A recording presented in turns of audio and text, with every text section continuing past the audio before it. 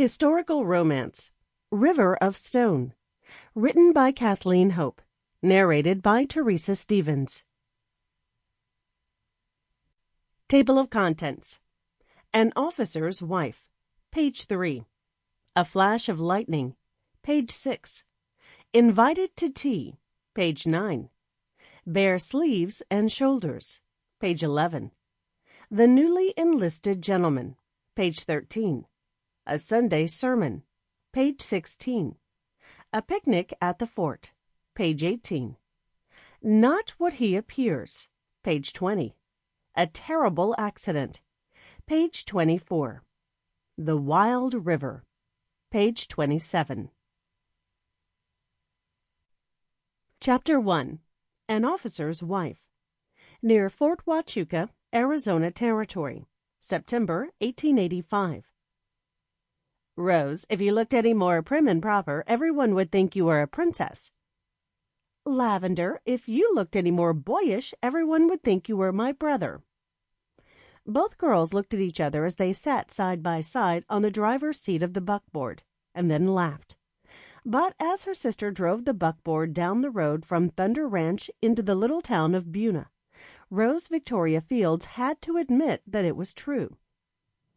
I suppose I feel that with four sisters who love to dress like boys and run barefoot and wild, at least one of us has to make up the difference. I can see where that might be true, said Lavender. You dress like you're going to a ball, even in mid-afternoon when we're just driving into town for flour and sugar and a keg of nails. Lavender Bell Fields was 21 years of age, to Rose's 23. But Rose privately felt that her sister might be all of 13 for the decorum she showed. Even now Lavender wore her customary boys' work pants and shirt and heavy shoes.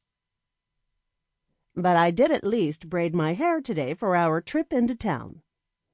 So you did, and a pretty braid it is, blonde as the sun and down to your waist.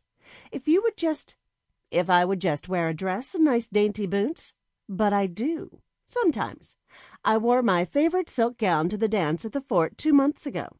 And of course I wore a pretty summer dress to Daisy Mary's wedding just last Sunday. Isn't that enough? Not for me it isn't, Rose said, looking out over the desert landscape.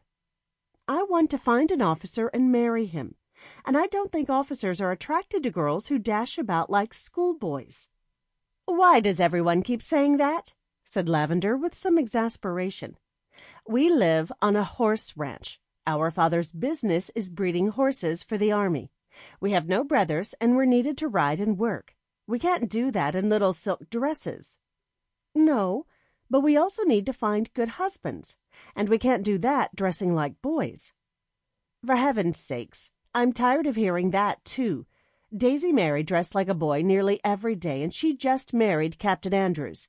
An officer, Rose Victoria. Yes, she did, Lavender Bell, and I've made no secret of the fact that I would like to do the same. But I'm not about to go about it like she did, or even like you do. Lavender just slapped the reins on Pretty Bird's back and sent the big bay gelding trotting down the road towards the town.